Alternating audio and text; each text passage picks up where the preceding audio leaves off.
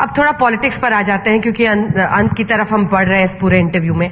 हाल के 5 राज्यों के चुनावी नतीजों में राजस्थान, मध्य प्रदेश और छत्तीसगढ़ में मिली जीत, लेकिन ओडिशा, देखिए प्रधानमंत्री नरेंद्र मोदी का उज्ज्वला योजना जो उनके लिए सबसे प्रिय था, माताओं के लिए कि उनके लिए सुरक्षित तरीके से वो घर में खाना बना पाए, उज्ज्वला मैन, आप उसके कर्णोधार बने। दूसरी तरफ अब एनईपी, न्यू एजुकेशन पॉलिसी भी आप ही लागू करा रहे हैं।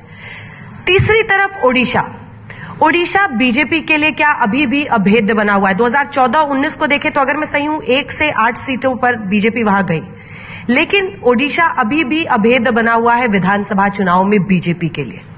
बतौर the man from Odisha for BJP, क्या है आपकी रणनीति, क्या है आपकी सोच और कहां तक आपको लग रहा है कि कितनी सीटें इस बार आप पीएम को देंगे? देखिए, मैं बचपन से पॉपुलेशन स्टडीज की स्टूडेंट रहा हूं। कॉलेज डेज में मेरा रुचि तथ्यों के आधार पर रहा है और मैं कभी कभी आप लोगों की जो तथ्य आता है उसको आकर्षित होता हूं।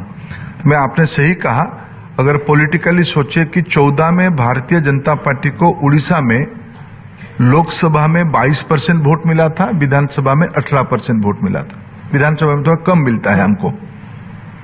2019 आते आते और 2014 में हमारी लोकसभा में 1 सीट था, विधानसभा में 10 सीट था। 2019 आते आते 5 साल के बाद वो 22% बढ़ के 38% हुआ। जो जीतने वाले पार्टी बीजू जनता दल को मिला 42%, हमको मिला 38%, 4% की गैप रहा। हमने 8 लोकसभा सीट जीते। विधानसभा में उनको मिला 44%, मेरे को 18% से बढ़ के वोट मिला 32%। हमारी ग्रोथ लगभग 100% हुई। वो स्टैग्नेंट है। एक राजनीति में 3 महीना पर्याप्त होता है। मैं इतना ही कहूंगा, प्रधानमंत्री नरेंद्र मोदी जी उड़ीसा में सबसे लोकप्रिय राजनीतिक व्यक्ति है। पिछले 10 सालों में कभी भी किसी प्रकार की असेसमेंट हुई है, कभी भी किसी भी परिस्थिति में प्रधानमंत्री मोदी जी की अप्रूवल रेटिंग उड़ीसा से 80% के आसपास रहा है। 80%, ये आज भी है। अभी सारे जो तथ्य किसी संस्थाओं के माध्यम से मेरी जानकारी में मिला, 80% की अप्रूवल रेटिंग है।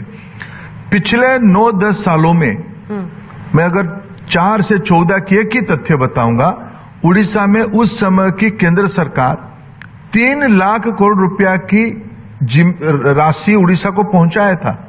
आज 18 लाख करोड़ राशि उड़ीसा को मिला है। हमने कभी राजनीतिक विद्वेष नहीं रखा है। मिनरल रिफॉर्म की सबसे अगर कोई बड़ा लाभार्थी देश राज्य है उड़ीसा। आज इकोनॉमिक टाइम्स में एक तथ्य आया है। Economic times Bharatiya Janata party की पेपर नहीं है। मोदी सरकार की रिफॉर्मिस्ट पॉलिसी के कारण सबसे अगर कोई राज्य रेवेन्यू में लाभ किया है, उड़ीसा किया है।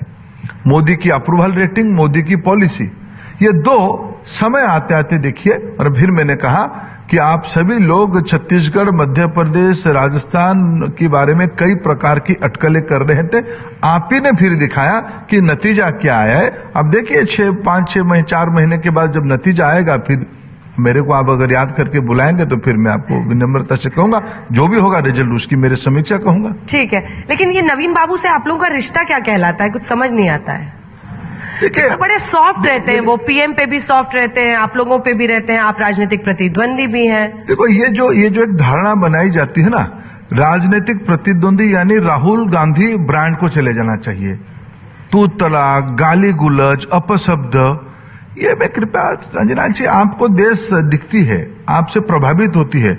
मैं कम से कम अगर नवीन बाबू की एक स्वभाव है तो उनको क्या प्रतिद्वंदी करने के लिए हमें गाली देना पड़ेगा, या वो हमको गाली देने से हम प्रतिद्वंदी माना जाएगा? क्या एक किसी को दूसरे को अपमानित करने से ही हम प्रतिद्वंदी? ये जो राहुल गांधी की ब्रांड बनी है अपशब्द करना, उनकी बहन भी आ गई उस क्लब में और उनकी पार्षद भी, दरबारी भी आ गए। उस विषय का कभी संस्कारी हूं नहीं।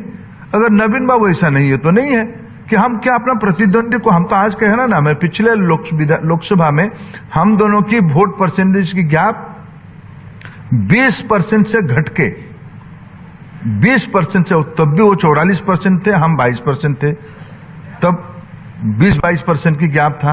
पिछले बार हम राजनीतिक लड़ाई करते 4% में गैप तक ले आए। इस बार मैं कॉन्फिडेंट हूं हम 45% वोट के ऊपर जाएंगे। 15 से कम लोकसभा हम नहीं जीतेंगे उड़ीसा में, ये मैं आज जिम्मेवारी के साथ कहता हूं। इसके लिए नवीन बाबू को अपशब्द कहना कोई आवश्यकता है मेरे को नहीं लगता है।